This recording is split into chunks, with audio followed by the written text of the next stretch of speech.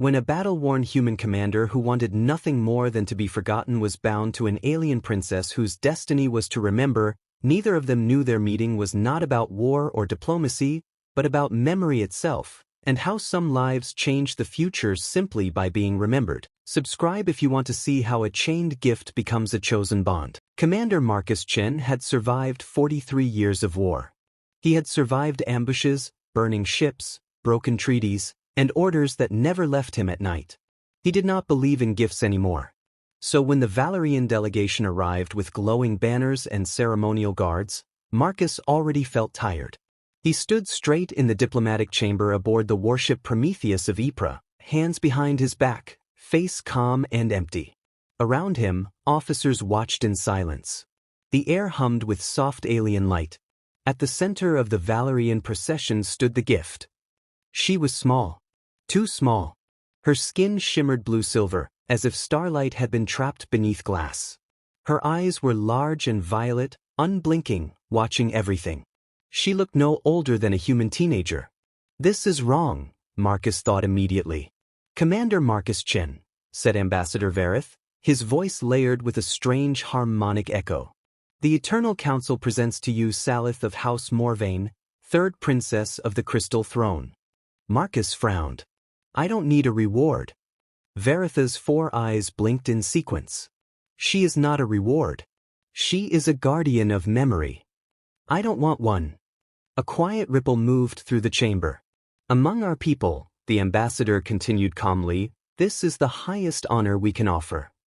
Salith did not speak. She did not move. Her eyes tracked Marcus's face with uncomfortable focus, as if she were studying something fragile. What does a guardian of memory do? Marcus asked. She remembers, Varith said. When time forgets you, she will carry your actions, your words, your essence. Marcus felt a cold knot form in his chest. I don't want to be remembered. The chamber went silent. Even his own officers shifted uneasily. Salith tilted her head slightly. For the first time, something flickered across her porcelain-like face. Curiosity. The gift has been given, Varith said firmly. Refusal would be diplomatically unfortunate. That was how it ended. That was how Marcus Chen gained a shadow. Her quarters were placed next to his. Fleet Command's idea of humor, most likely. Salith followed him everywhere, 3 steps behind, always silent, always watching. Officers whispered. Crew stared. Marcus ignored all of it. On the 3rd day, he stopped suddenly in the corridor. Salith nearly walked into his back. You don't have to do this, he said without turning. Walk beside me. Or don't walk with me at all. I am observing, she replied. Her voice surprised him. So, musical. Controlled. This is how I learn what to remember. There is nothing here worth remembering, Marcus said. I wake up. I work. I attend briefings. I eat. I sleep. Sometimes people try to kill me. You saved 42 lives on Kithora, Salith said. 37. She blinked slowly. 42. The last 5 lived because of what you did. Marcus turned and looked at her properly for the first time. How old are you? He asked. In your years? Approximately 14. He rubbed his temples. This is insane. I do not know that word, she said. Lucky you. She watched him carefully, as if storing every reaction. Lieutenant Commander Maya Okonkwo did not waste time. Mark, she's a child, Maya said during their weekly briefing. But still a child. She's not a pet, Marcus said. I didn't say she was. But the crew is confused. And curious. Tell them to read the cultural database. Maya sighed and stood up. You're avoiding this. I don't know how to talk to children. Then learn, Maya said firmly. Because in 10 years she will forget everyone she loves. And the only thing she will keep is you. Her words followed him long after she left. That night, Marcus found Salith on the observation deck. She stood with her face close to the glass, staring at the stars. The silver blue of her skin reflected the endless light outside. You can't sleep? Marcus asked. We do not sleep as humans do, she said. We enter a partial state of rest. But I cannot reach it here. The ship vibrations are dissonant. You miss home. I do not have a home. She turned to face him. Under the starlight, her eyes looked almost human. Almost. The council chose you, she continued. They removed an inconvenience while appearing generous. Marcus understood then. She was not a gift. She was an exile. I'm sorry, he said quietly. You did not exile me, she replied. But you understand what it means to be somewhere you did not choose. She studied him again. You are not what I expected. What did you expect? A hero, she said. Someone who wanted to be remembered. And instead, a man who wants to disappear. Marcus almost smiled. Yeah. Inconvenient, right? Her voice softened. Perhaps we both are. 2 months passed before Marcus noticed the change. Salith learned his routines. His silences. She brought his coffee before he asked. She walked beside him now, not behind. She asked questions. Endless questions. Why do humans measure time? She asked one morning. Because we don't have much of it. You count backward, she said thoughtfully. From an ending you cannot see. That's one way to say it. Then the distress call came. A Valorian science ship. 47 souls aboard. You will stay on the ship, Marcus told Salith as he armed himself. I must observe. You must survive. The council sent me to you. And that means your life is my responsibility, Marcus said. And I don't fail responsibilities. She looked at him, confused. Is that all I am to you? A responsibility? He paused. You're a 14-year-old kid dealt a bad hand, he said. And I know what it's like to have no one watching your back. Her eyes widened slightly. Stay, he said. That's an order. The mission was blood and fire. They saved 16. Lost many more. Marcus returned carrying weight he already knew too well. He found Salith in the medbay, sitting beside a small Valorian child. She hummed softly, a sound that seemed to calm the air itself. He asked for his mother, she said quietly. She was among the dead. Marcus sat down heavily. What did you tell him? He asked. That she loved him. That's enough, Marcus said. That's everything. She looked at him, something deep forming behind her eyes. You speak from experience. My mother died when I was 7, he said. I don't remember her face. But I remember feeling safe. Salith was silent for a long time. You humans lose so much, she whispered. And yet, you continue. Marcus looked at his scarred hands. We carry what we can, he said. And hope it's enough.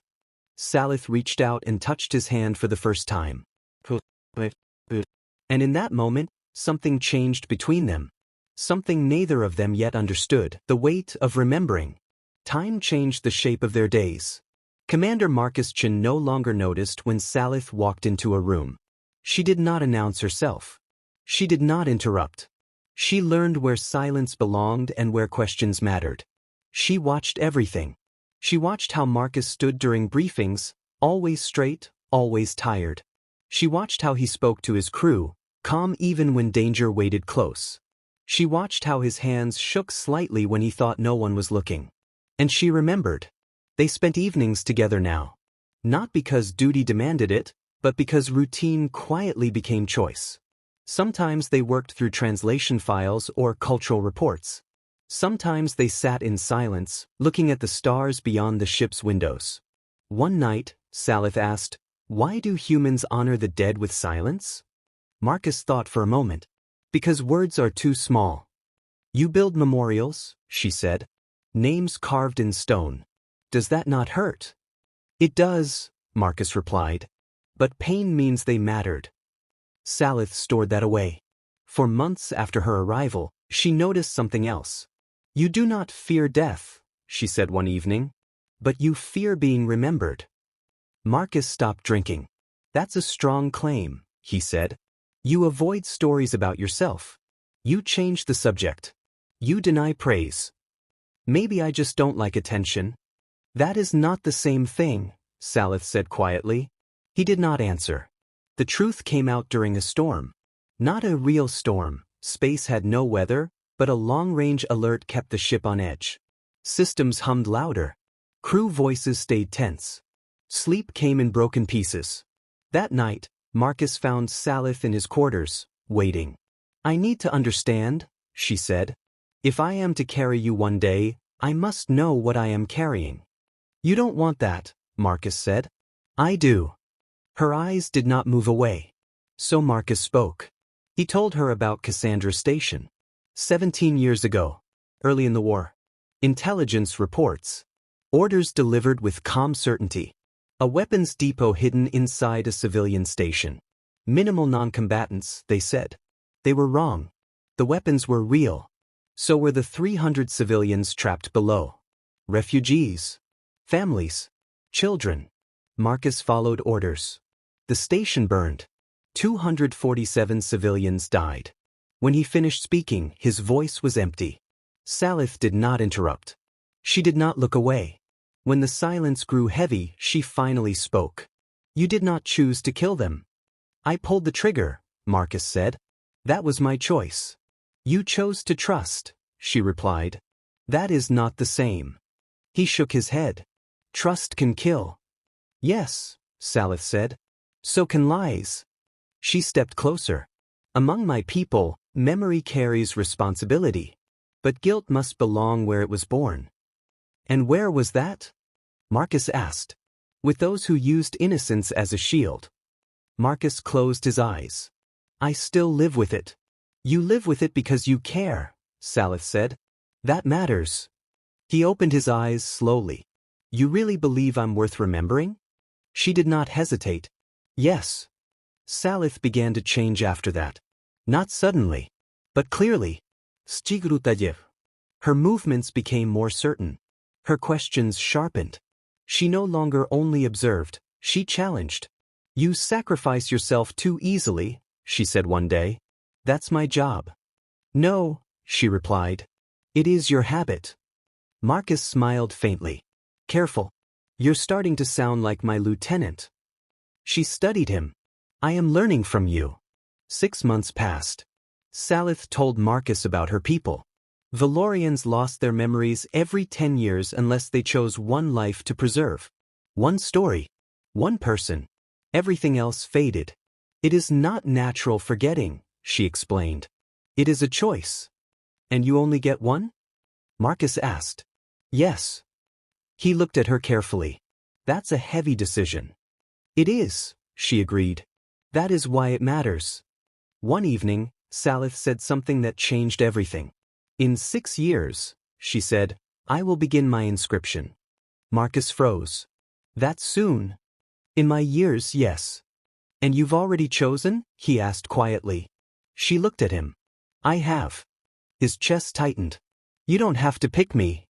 "I want to," she said. "Not because you are perfect. Because you try. Because you carry weight and still stand." He turned away. "I don't deserve that." Salith stepped closer. "You taught me what memory truly is. Not facts. Not events. But meaning." She paused. "I choose you, Marcus Chen." For the first time in years, Marcus did not know what to say. 3 weeks later, the ship was attacked. The alarms screamed without warning. Explosions rocked the hull. Lights flickered. Smoke filled the corridors. Infiltrators. Krenithy. Marcus was in his quarters with Salith when the first blast hit. The door shattered inward. 3 attackers entered. Marcus moved without thinking. Years of training took over. The first fell. The second followed. The third aimed his weapon at Salith. "Drop it," the alien hissed. "Or I take her eyes."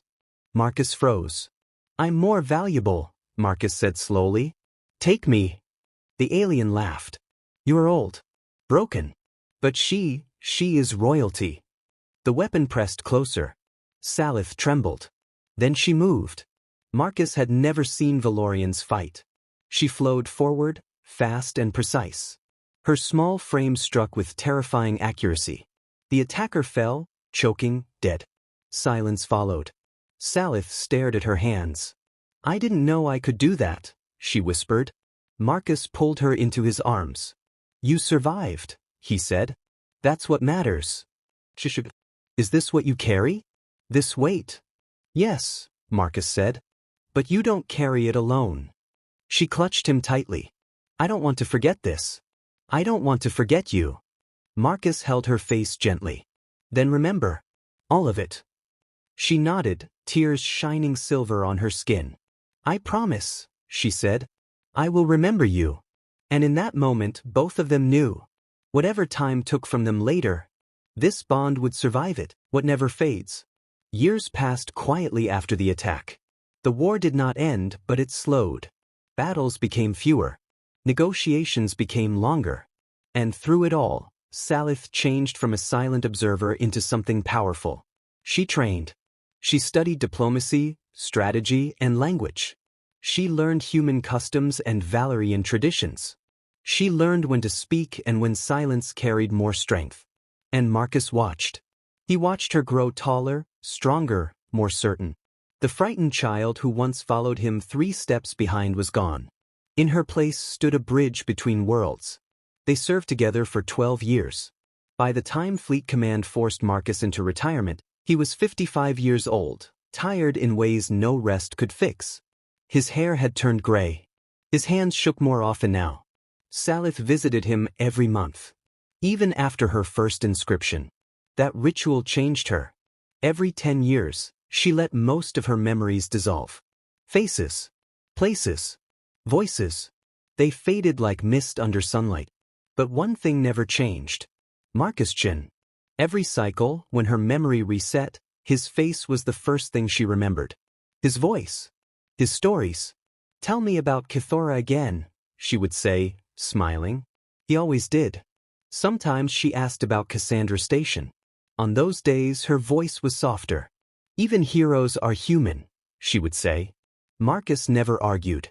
Time was cruel, but gentle in its own way. Marcus reached 77. Then 85. Then 90. Salith aged differently. In human years, she appeared in her early 40s. Respected across multiple systems. A diplomat. A warrior. A guardian of memory. When Marcus could no longer travel, Salith came to him instead. She stayed longer each visit. Eventually she never left. The doctors spoke quietly in hallways. Cancer. The same illness that should have killed Marcus decades earlier had finally caught him. Maybe days. Salith sat beside his bed, holding his hand. Her skin was still cool, still smooth, but it felt familiar now. Like home. Marcus, she said softly. Can you hear me? Always, he whispered. She leaned closer. There is something I never told you. He smiled weakly. You've told me everything. No, she said. Not this. Her grip tightened slightly. When the council assigned me to you, I planned to end my life. Marcus's eyes widened. Not immediately, she continued. We do not act quickly. But after 10 years of exile, I plan to refuse my next cycle. To let my memories dissolve. To disappear. Marcus swallowed. Salith. You changed that, she said. Not because you saved me. But because you saw me. Tears filled her eyes, glowing silver. You treated me like a person. Not a burden. Not a symbol. She smiled sadly. You gave me 50 years worth remembering. Marcus's vision blurred. You gave me the same, he whispered. I was counting down. Waiting to die. And then this strange alien kid started following me, asking questions I didn't know how to answer. She laughed softly through tears. You were very bad at answering. He smiled. Still am. She leaned her forehead against his. Was it worth it? He did not hesitate. Yes, he said. Every scar. Every nightmare. Every year. You were worth it. Salith closed her eyes. I will remember you, she said. When my people forget. When stars burn out. I will remember Marcus Chen. His breathing slowed. Her voice was the last thing he heard. Always. 50 years later. A young Valorian stood beside an ancient princess beneath a sky full of stars. Why do you carry a human? The young one asked. They live such short lives. Salith smiled. So, hopeful. Fierce. Because he remembered me first, she said. When my own people forgot me. When I was only an inconvenience. He saw someone worth knowing. Worth protecting. Worth loving. But he was only human. Yes, Salith said, looking at the stars. And humans burn brightly. They remember even when it hurts. Even when forgetting would be easier. She closed her eyes. In the darkness behind them, Marcus Chen still lived. Stubborn. Scarred. Human. Always trying to be worth the weight he carried.